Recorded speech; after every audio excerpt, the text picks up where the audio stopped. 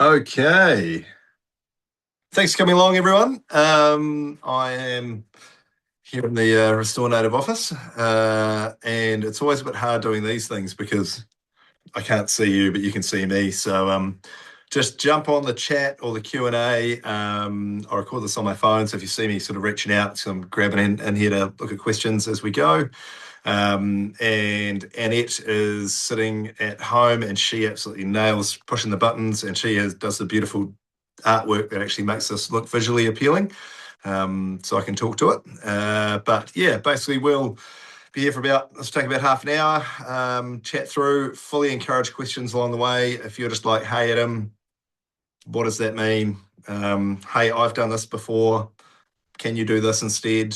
Any of those type of things, or hey, that's a great haircut you've got there. Anything like that, I'm willing to accept it. But yeah, other than that, we will kick into it. So we are talking about waterway planting with Restore Native. So one of the biggest things we do, especially being a dairy country, is riparian planting or planting along waterways.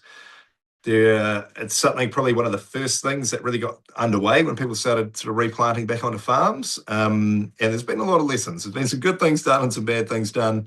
It's a great example there of some epic waterway planting. But yeah, we'll come through tonight, sort of looking at some of the good and the bad, a bit of planning and some action points from there. And then, like I say, Q&A away, just hit me up in the chat section or the Q&A section and just ask me whatever you like. So. And great to see a few existing customers on board. Even a couple of Restore Native crew joined, which is nice. So they should be pros. Although Sam in the office, who's learning native planting, good that she's in too. Okay, so pretty straightforward. 5 key areas to cover off. So talk about who we are. Say, hey, look, what is the problem? What does it look like? Where to start, some tips on planting, the practical steps around actually delivering a project, what that involves, prep, planting, maintenance, and then, hey, have a look at some successful projects and the things that have been done well with them. So that is what we'll run with. That's me. I'm Adam. Don't have my pink shorts on tonight, got my blue ones on. But yeah, we run a farm here, got about 100 hectares in Temiro, and the nursery is based on farm. We are moving just about 5 minutes away because we've outgrown our current site, so we're moving down there next year. And yeah, I love the bush, I love farming, and so I'm passionate about finding ways to be able to improve biodiversity on farms while still having productive, economical farming practices. So, and who are we?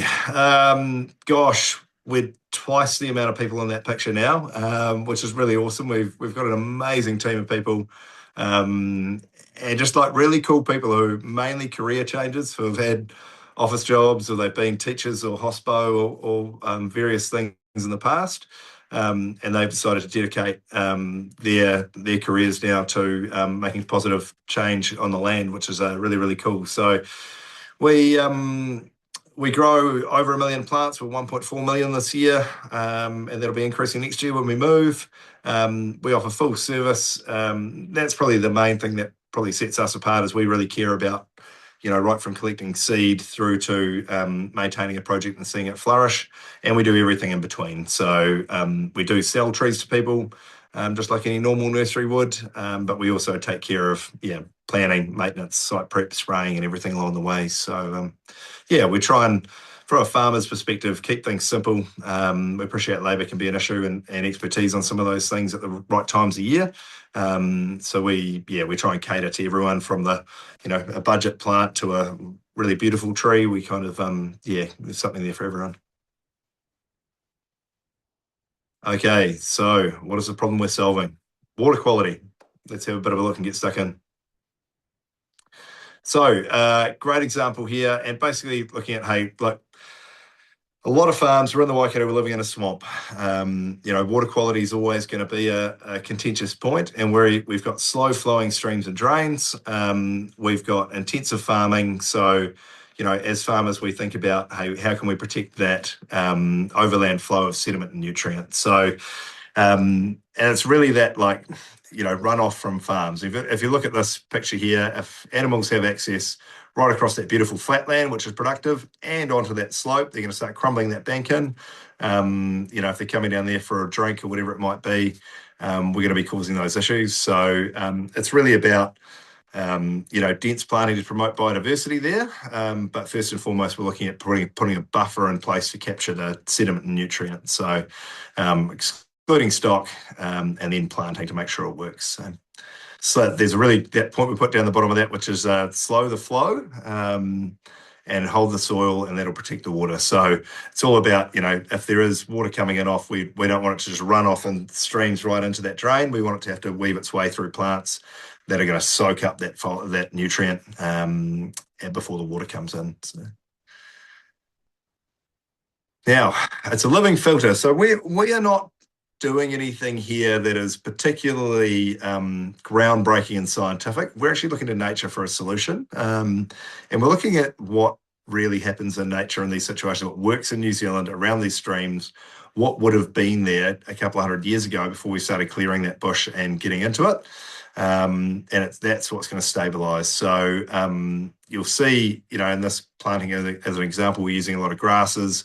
There's a margin there, 2 or 3 meters off. We're using those root systems to basically hold the bank together, and then the plants themselves to soak up that. So, look, I appreciate that some of the farmland that we're putting this onto is, $80,000 or $100,000 a hectare land. I'm not advocating for a big 20-meter planting buffer for everyone, but certainly looking at practical ways to get vegetation along those fence lines. And you can see in this picture and the one before where there's a slope up from the stream, putting the fence at the top of that slope makes sense. You farm the productive land and give this bit here back to nature to protect that waterway. So, I think it's been a contentious point, that sort of spacing of margins, and, sure, a wider margin is better for the environment, but also we need to make this a productive, profitable farm. Otherwise, you're not going to have the money to actually invest back in the environment. So we try and, fit both of those along.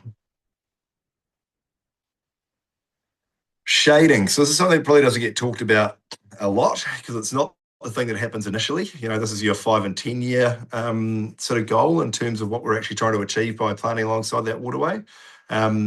Cooling the water, so that's a really big thing. A lot of science around the fact that cooler water basically supports more life and more active life in the water. So that's a really important thing. But also having those rushes and that down on the edges, basically providing habitat, when you've got a little bit of those grasses growing over. Obviously, if high water comes in, they just fold down and the water washes over them, which is great. But meanwhile, they're there sort of, hosting for invertebrates, which in turn the eels can feed on, and you're starting to get that sort of, natural biodiversity. And then obviously, we're in that margin, we can plant a whole lot of trees, which is actually going to provide above ground biodiversity too. So it's not just the stream that's winning.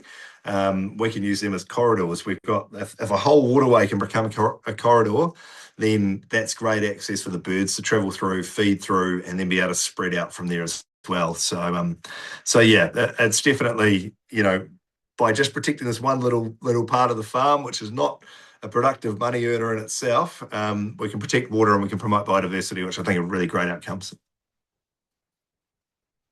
So where do we start? Probably with a magic person like Raf there. She's a French Canadian, always happy at work. So great people is a great place to start for us, but let's have a look at the fencing and planning piece. So fencing, and it seems like an obvious one when we're talking to farmers about this, but I think, there's that broader piece, and I talked about earlier about it's not about having to have a 10-meter buffer or it's about being sympathetic to the land and getting that fence in the right place. So I think that's really important. If you hug too close, you're not going to be able to establish enough. And this is important to understand too. If you want to put in trees, you really need 4 or 5 meter buffers.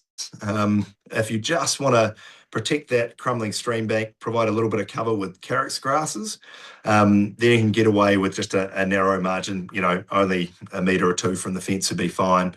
But you'll see with natives, they don't grow very well in a single line. If you can get 4 or 5 meters, you can put 3 rows of plants in, you can actually build a decent, bit of biodiversity there. But hey, it all starts with that fencing. You start thinking about how, how to best sympathise with the landscape, chuck those pigtails in, work it out. I've had fencing contractors go rogue, putting them right next to the stream. I've had fencing contractors go rogue and put them way too far from the stream. But if you walk along that stream and go, cool, I know my farm. This is the sort of right place to sort of run it through. You're going to get a really good result. So we always say, like, chuck a gate in your riparian strips if you can. You'll always have calves and things get through. If you can just run them out, it's simple planning on that, to be honest. And then, thinking about using these opportunities of fencing alongside a waterway, it's better subdivision in a paddock, how your animal's going to flow, those sorts of things. Is there a bit of recontouring required to get the best out of that? Do we intensify an area here and then plant that to get more out of it? So it's an opportunity for development on your farm. That's something I really enjoy, is actually having that conversation around how do we balance what we're going to do for nature here whilst maintaining what we're doing for farming over this side. So and obviously when I come to that last point on there, ensuring the planting crew have got a key idea of how they're going to plant, away from fences, the right plants alongside the waterway, etc. Obviously, when we're doing planting, our team are trained on that. But if you're doing it yourself, or you're getting a community group or friends in to help, planning that stuff at the start goes a long way, because a tree might start out little, but if it takes over, it's in the wrong place, it can cause a bit of a problem. So buffer zone. So I think that's the key. We're looking at here is, how are we going to use that buffer zone? What can we actually put in there? Now, in an area like this, you can see we've used carrots grasses. They're great. They grow fast. They're easy to control weeds out of because there's good chemical options. They hold the bank together stable. They're the right thing for this type of environment immediately on the water's edge. Now, you don't want to be putting really big trees right on that water's edge. You certainly don't want to be putting flax, but I'll talk a little bit more about that later. But you want the right plants in the right place, and as you come further up the stream, we'll have different ones. We'll cover that off a bit more later too. But it's about ensuring that you've got the right plants through that buffer zone. If you've only got 3 meters, plant the right things in the 3 meters. If you've got 6 or 7, we can get better species through it. So and I've got a slide here where we'll talk about that in a bit more detail. Now, this one, I think this is a really key one. Like the plan should be the right plan for your property, not, hey, I picked up these plants here, let's just chuck them in and hope for the best. Gosh, it's a good feeling when you can get some cheap plants and it feels like you're getting a steal. But the amount of times that I'll show up and a farmer's going, yeah, Adam, we got given these trees, we got these for cheap and we chucked them in, and you can just see immediately why they're not thriving. They're the wrong trees in the wrong place, and they're not getting the outcome that they hope they would in terms of what they've seen. A plan specific to your site, and everywhere is different. What happens in our valley here might be different from the valley over. The way the stream moves through the landscape, how much it's been changed over time, how people farm around it. You don't want to put big tall trees shading a high use track on the way up to a cow shed, for example. So we need to plan these type of things, not just in terms of landscape, but in the way you use it. So getting that plan specific for your site, and that's why we always drone map when we're planning, so you can get a good overhead. You can plan around what's going to go where, because it's very easy to change it at that point, much harder later. Now, this is a good example. We've actually got what we call it, a workbook, which goes into a lot more detail on this, but we talk about sort of broadly 4 zones. And we won't cover it in heaps of detail tonight, but it is, grasses and sedges right on the water's edge. Back from that, you have your flaxes and toys. Back from that, you have sort of shrubs. If you have space, then you go out and you put sort of big, taller trees out there as well. So doing the right sort of staggering from the inside out or outside in, rather than just going through a random mix. So you can continue to have really good water flow, you can have flood resilience, and you can promote biodiversity as well. So we've got a workbook on that in a lot more detail. If you want a copy, just me an email, Adam at Restore Native, or we'll bounce you a copy of this tomorrow and you can just reply and go, hey, can you send me that? We'll send you that in a bit more detail. Don't know if we have those slides in here. Aha, this one. Now, I scribbled this on a bit of paper and it said, no, Adam, we need something more professional to go into the presentation. So broadly, it's this. If you start at the water's edge, we say Vergata, but basically any kind of carex, that's where it lives. Coming up above that, Ustulatus, it's another big sedge. It's a bigger growing sedge. And so we're basically just getting bigger as we get away. Then you're into your flaxes and toys. See, your flaxes and toys are like 2 meters away from the water. You don't want your flaxes right on the water's edge, and this is just the biggest mistake people make. I don't know if we have a slide in here on that, but man, I could talk all night about it. Flaxes get undermined by high water flow. When they get to about 10 years old, they start splitting in half, so they clump down and bog up the water. That gets swept down, they blow culverts out. They are the worst thing to put alongside the edge of a stream. They need to be a couple of meters back, which is hard because they're a really cool riparian plant and you don't always have 5 meters to actually get them in that riparian strip. But you can see in this, and here we're probably talking about a 5 to 7 meter width, and this is what we plant in it. Coming up from that level, you're then into all of your shrubs can actually go here. I've got ribbonwood and cabbage tree there. Marduk is another one that likes damp feet. It's happy there, but most of your shrubs will actually go in this zone. The reason I'm saying ribbonwood and cabbage tree is that they're tall growing. They're quite upright.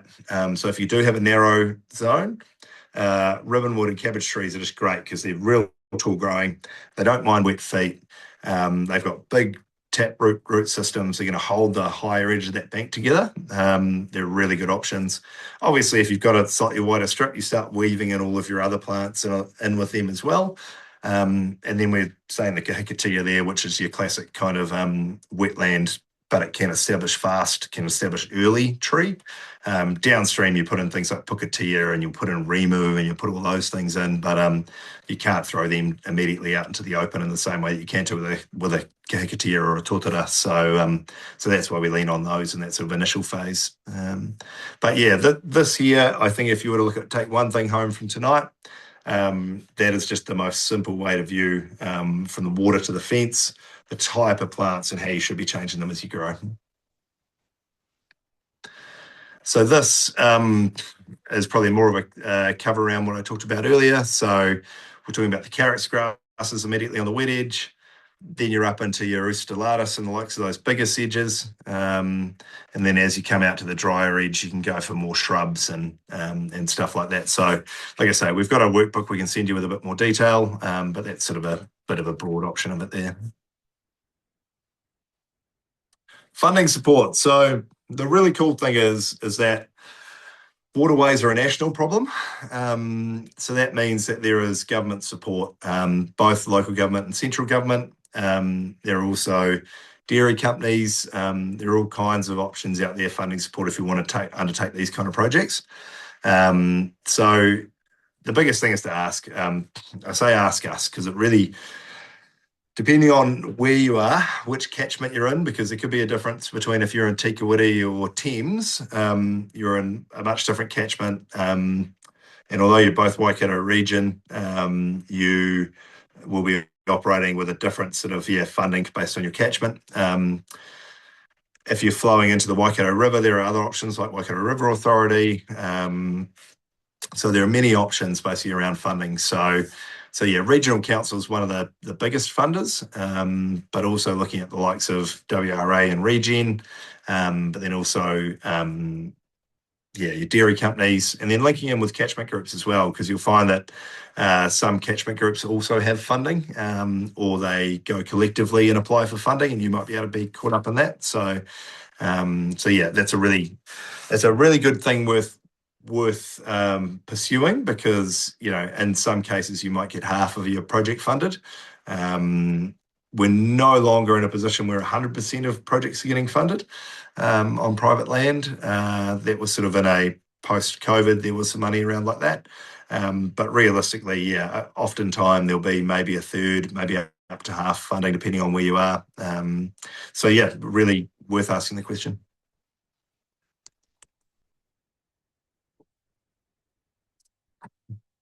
Now, planting tips. I'm actually just going to chuck my AirPods in. So I'm just seeing my audio is a bit sketchy. So you can hear me good there, and it'll tell me if we're not.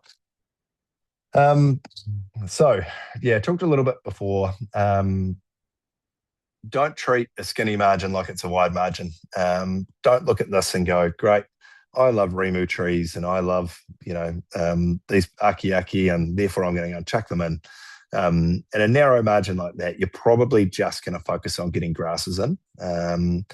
Don't have large species. Don't plant things too close to the fence. I know they're cute when they go in, but they're like those little, or they gremlins. They grow up and they become problems. So yeah, it's really about right thing for the right place there. So yeah, be realistic. And if you're unsure, like chuck a tape measure on it, take some photos, flick them to me, be like, hey, Adam, what do you reckon? And we'll go, oh, this distance, that grows that big, you can stitch that in. Yeah, just because you love a species probably doesn't mean you go and throw it in there. We've all done it before, including me. But yeah, you can still achieve really good outcomes in skinny margins. It's just the right species, and it really is focusing on the grasses to protect the waterway and protect that edge sediment rather than trying to create a big biodiversity corridor. Carrots, not flax. This is my favorite topic. Okay, so for a lot of people, like they go carrots. Oh, what's carrots? They go, oh, it's kind of like a tusky thing, but it's in the wetland.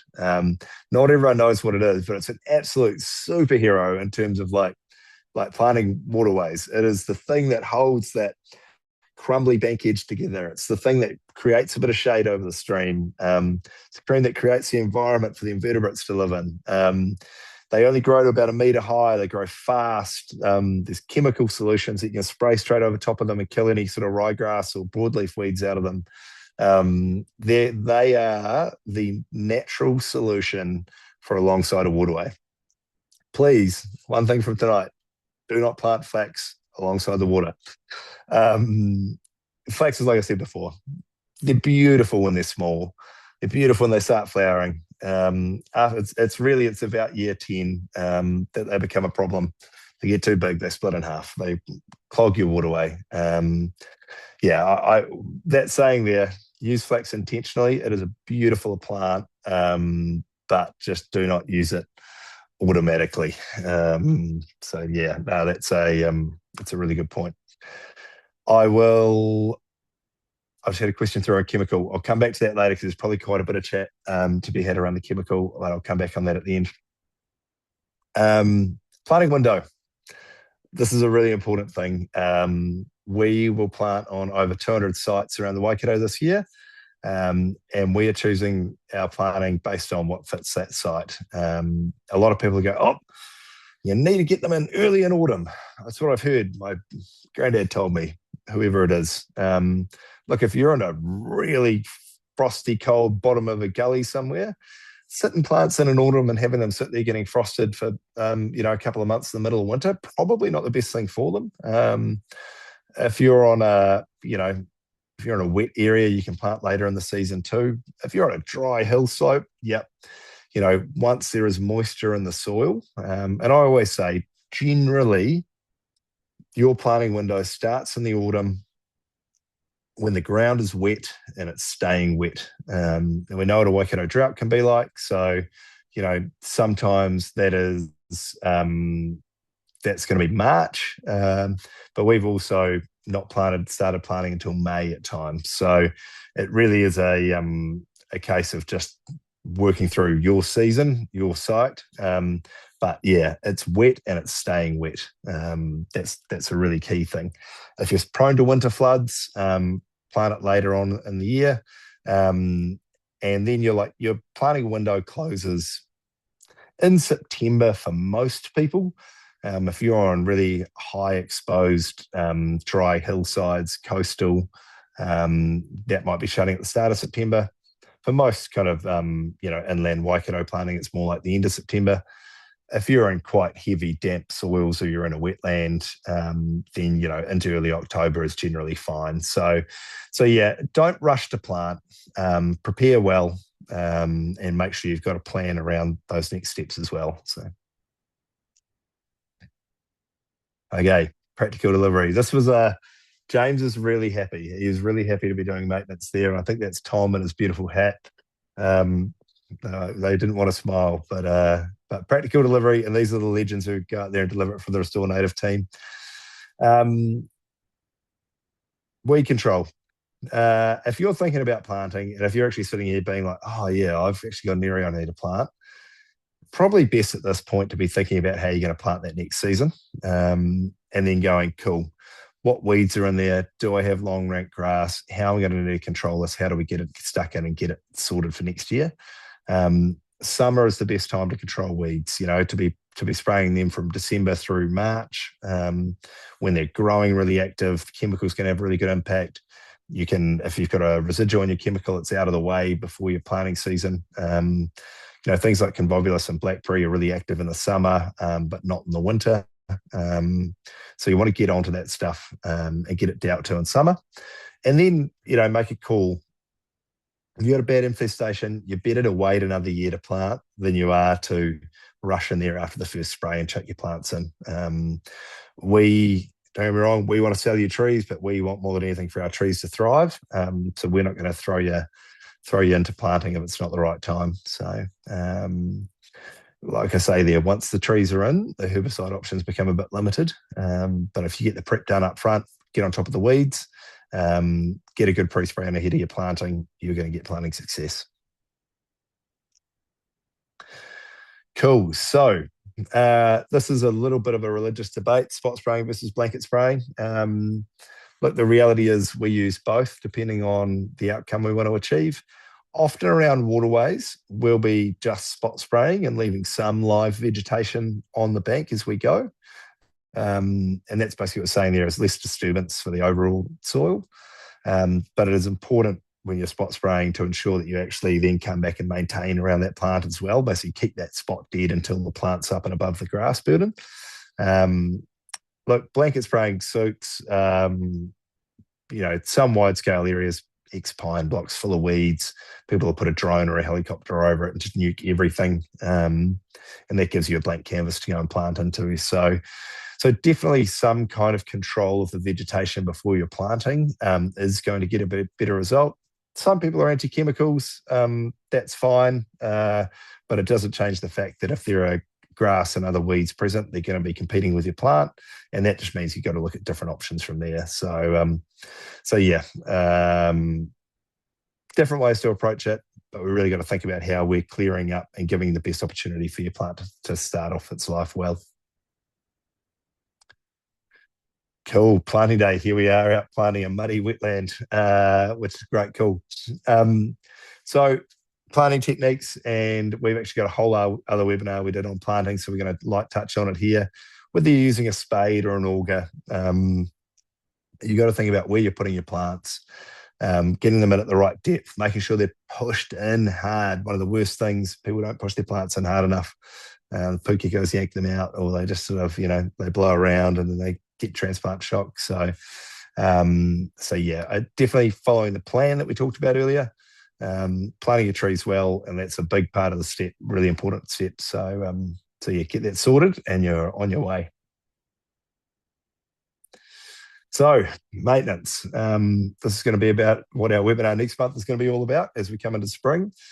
Look, prepping is important. Get the weeds out of the way. Right plants, plant them well.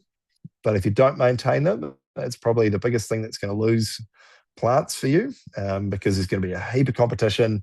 Things get covered. How do we get around that?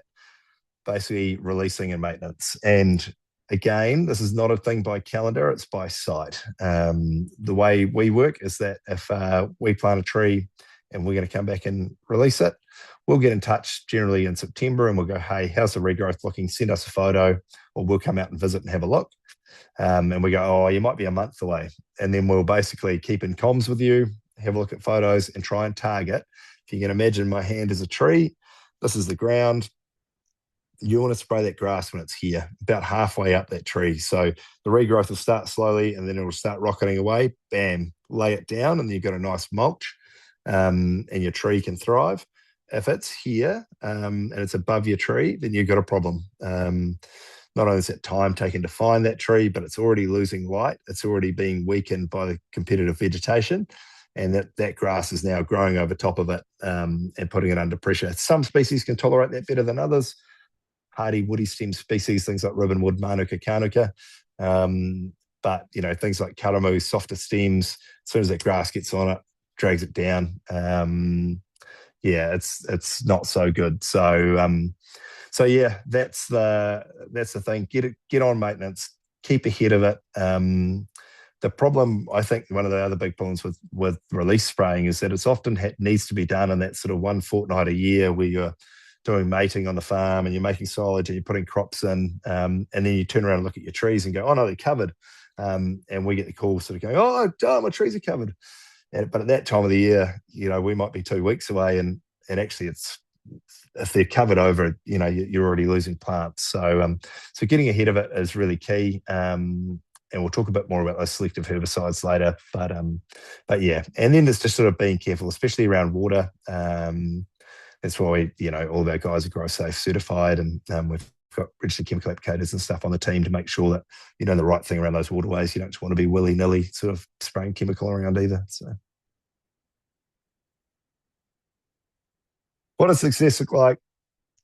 It looks like this, and I've got a few photos in here of this beautiful farm at Kiwatahi, with just some amazing people doing really great work out there. And this is great. They've got like this buffer's sort of 10 to 15 metres. They've got everything in there. We've got manuka, pittosporums, cabbage trees, ribbonwoods.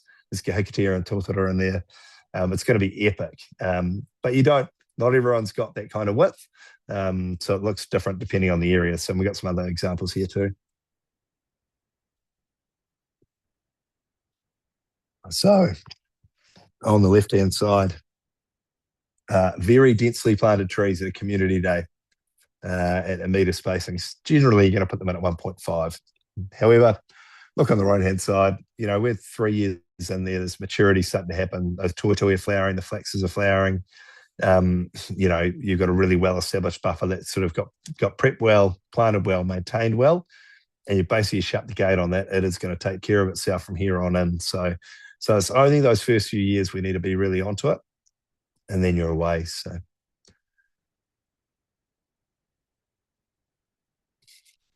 yeah, this is a good one. So it's that first 12 months, most key. Plants are visible, not surrounded by grass. You're doing your maintenance, which is good. This is a really good one where there has been some high erosion in the past, and now it's really stabilizing and it's starting to fill in well. There are a mix of grasses along the edge, but then we're up into the toitois, flax, and shrubs as we come further up. It's really nice and visual. It's easy to see. If any blackberry or gorse tries to creep in before those gaps are taken out, you can jump in there and take care of it. It's a beautiful along waterways is that you've actually got good access to things that generally just drive along the edge of the paddock and jump in there with a knapsack or a hose and take care of it. And then really we're at the point now when you look at something like that it is like it's coming up, it's going to cover over, and that's when that biodiversity piece really starts to come in. I was out there with these guys and they're talking about like, yeah, you see the birds now and they're coming in and, those flax is going to flower this year, and you're starting to really fizz about it. So it's the impact that it can have on your farm is really, really cool.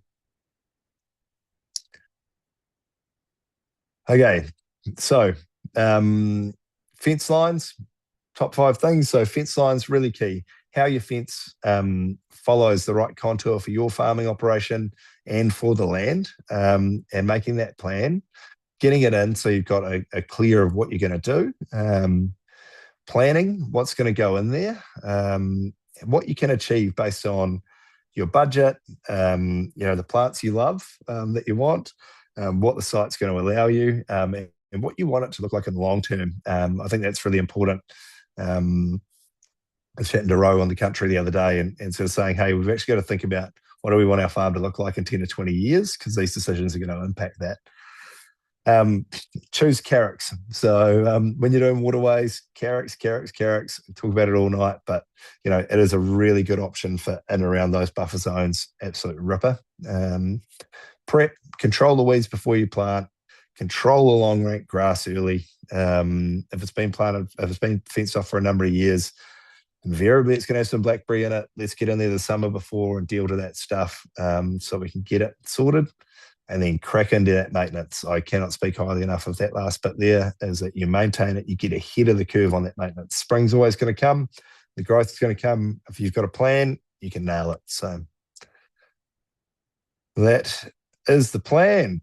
Okay, questions come at me. I'm going to answer this one about chemical options for spraying over carrocks. So we use a mix of haloxyphop, which is you might see like a product like Galant, and then we'll use generally tricloper if we're around wetlands and waterways. So that's like a brush killer active. You'll get products like Conquest that have got tricloper and picloram in them. Picloram's a little bit harsher if you're around established trees. It's a bit more soil present. So generally we'll be using haloxyphop and tricloper. So haloxyphop is going to kill any grass, so any ryegrass, and the tricloper is going to kill any brush weeds coming back. So, very common in those sort of wetland riparian areas to have, docks and stuff coming through, and also some ryegrass. And we can basically spray that straight over top of the carrots grass. It's not going to kill it. It's not going to kill carrots, but it will kill your toys. It'll kill your cabbage trees. So you've got to be quite careful with that and the way you do it. So generally, if we're releasing a waterway like that, we might be using one chemical to control over top of the carrots because we can go quickly over top of them, and then a different chemical to spray around your cabbage trees, your ribbonwoods, your manuka, whatever else might be in your riparian strip. We'll generally choose glyphosate in that situation because it's a really good broad spectrum product for, it's going to kill everything around that tree. It's not just grass. But again, every site is different. So we run with a host of chemicals and use the correct chemical for the application, really. You can achieve a really good long-term outcome if you bust the chemical in, so with the right chemical. So okay. Oh, well, if there's no other questions, then that will be us for tonight. We'll send you out a copy of the Waterway. Oh, bear with me. And it sent me one. Aha, here we are. Aha, great. 2 questions. Funding for lifestyle blocks. Yes, okay. Great question. Sorry, just making sure that I'm actually in here. Funding on lifestyle blocks. So if you are retiring land that was otherwise in grazing is generally where the funding applies. Some funders will only do big things, some will do small things. So there certainly are options. The key thing is that really it's about retiring land away from farming is generally where most of the funding's coming from. But then you've got funders like, Trees That Count, for example, will fund you to simply plant trees. They want more trees in. Whereas, say, the aim of like the regional council or a lot of other funders is around protecting areas, sensitive areas from grazing, locking them up, and then creating biodiversity. So, there's sort of a different approach for different things there. So, okay, how would you plant around a spring? That's a bloody good question. It really depends on what your spring looks like. Send me a picture and I'll give you a bit more of a rundown. That would be the best. If you want to just send me an email, adam@restorenative.co.nz, I'll come back to you with a bit more specific. But if you can imagine a spring bubbling up, your carrots grass is around that for sure, because you're going to have that fresh water coming out. Which is key. And then back from that, you want to get a bit of shade around it. Because if you can shade that water, you can keep it as pure as possible as it bubbles up. And you're in a really privileged position to have a spring coming up. And then it's like, what's happening downstream from there? So if you can look after that on your boundary, carrots is around the area edges to take out, especially that nutrient overland flow. We see that on like the Waihau River, which starts like, beautifully clean up at Blue Spring. As it winds through, it's getting more sediment and nutrient in it. But if we can basically keep those waterways well fenced off, then we can do a lot better with them. Uh, if plants such as Manuka self-seed close to stream edge, do you intervene or not? Now, I've got a general rule that look, unless it's shorting out a fence, where you've got a personal vendetta against it, just let it go. Nature knows more than we do, and it is teaching us lessons all the time. It teaches us 1.4 million lessons a year. Every one of those trees has got something to teach us. Yeah, if it's self-seeding, yeah, just leave it be. It knows what to do. It's been doing it for longer than we've been around. So if it'll grow well, great. And sometimes things that totally shouldn't grow well in places do. And we just go, okay, it's happening. That's what it is. But yeah, if something's self-seeding and you don't mind it being there, then that's great. How do you regenerate a slip around a spring on a slope? Aha, this is a really great one. Oh, it's a really great one. Because everyone's going to kind of gone, oh, pop the poles. Chuck pop the holes, stop it slipping. Great. Look, they're a good option. And I'm not a hater on exotic trees. They have a place. And if that's what you want for your farm, great. If you can fence it, my recommendation is flaxes and cabbage trees. So cabbage trees have got a really aggressive taproot. They're going to be like act like pinning anchors. And then the flaxes, sorry, cabbage trees, big taproots. Flaxes, they've got more spreading root. They've got a big spreading root mass, and since they're not alongside a waterway, they're going to hold the top of that together really well. Cabbage tree is going to pin it all back into the hill. And then, ideally you chuck some Gagatia and stuff in there, and they're going to wind up with really big, deep roots over time. And that's going to be your long-term fix. But that's the best native solution for those kind of, springy slips on hillsides where you got a bit of water coming out. Like I say, poplars is the way we've been dealing with that because you can graze underneath them, and if that's really important to you, then that's a good option. But if you want to retire it and you want to get a really cool native solution, with that moisture, you can achieve some really, really cool things, and because it'll stay damp all year round. And yeah, but starting with cabbage trees and flaxes, Manuka, Kakatia, you start to get something pretty beautiful coming out of that. So that would be my plan. Okay, is that us done? Oh, another one. Where are we? With no flow present, is there any particular plants you should avoid? That's a really great chat. Um, Look, some plants do have more aggressive roots than others. Fascinating story. Look up Pohutukawas in San Francisco. We love Pohutukawas. Over there, they're an absolute pest, and they've got roots that are just basically tapping into all of their stormwater lines and cracking pipes and causing all kinds of problems. So um, you're going, like I would suggest, but how do I put this? We plant around septic systems quite often, and we use carrocks as an example there because sedge doesn't have a huge root ball, and they're not woody roots, so you're not going to basically completely clog it up. However, plants are good at tracking down water when they're thirsty, so you'll find ways. But I would suggest that you're more into your grasses around Novaflow, and then as you get further away, you're into your bigger woody trees. If you put your bigger woody trees close, you're going to wind up with bigger woody roots trying to get into your Novaflows. So yeah, based on the way we treat that around septic systems, always carrocks, and yeah, Novaflows would be much the same.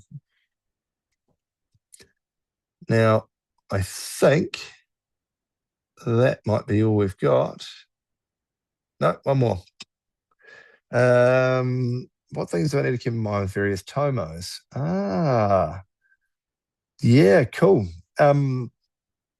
Look, honestly, it's probably great that you're planting around them because things aren't falling into them, and I'm sure you're going to feel the same way. But generally, like you're in that limestone country, you're probably, there is water in those areas often around the tomos. But then obviously as you get higher, you get drier. I know we've done quite a bit of planting in Waitomo, and it's interesting how dry the top of some of the hills will be while there's so much water flowing through these other areas. But I think if you're fencing it, you're going to put a bit of structure in around that, then what you've done there with using flaxes and some carrots is just the perfect thing to be doing around the wet parts of it. And yeah, that no more than that. You don't need to make it any more complicated. If you want to get some big trees in there, cacatias where there's some moisture is a great one to start with. But yeah, having them out of your farming rotation is probably is the number one. Okay, that's all Q&A. What have we got here in the chat? Carrots and tortoise okay for creek areas that flood. Absolutely.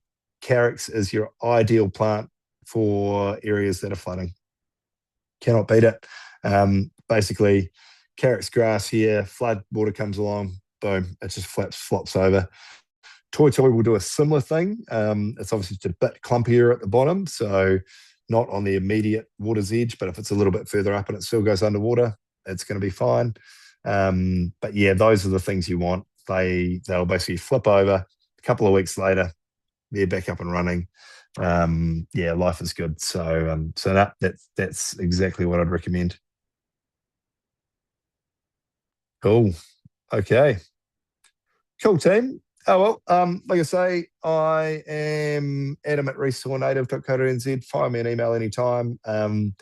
Yeah, always love a prickly tree question. And that person who was saying something before, feel free to send me a photo.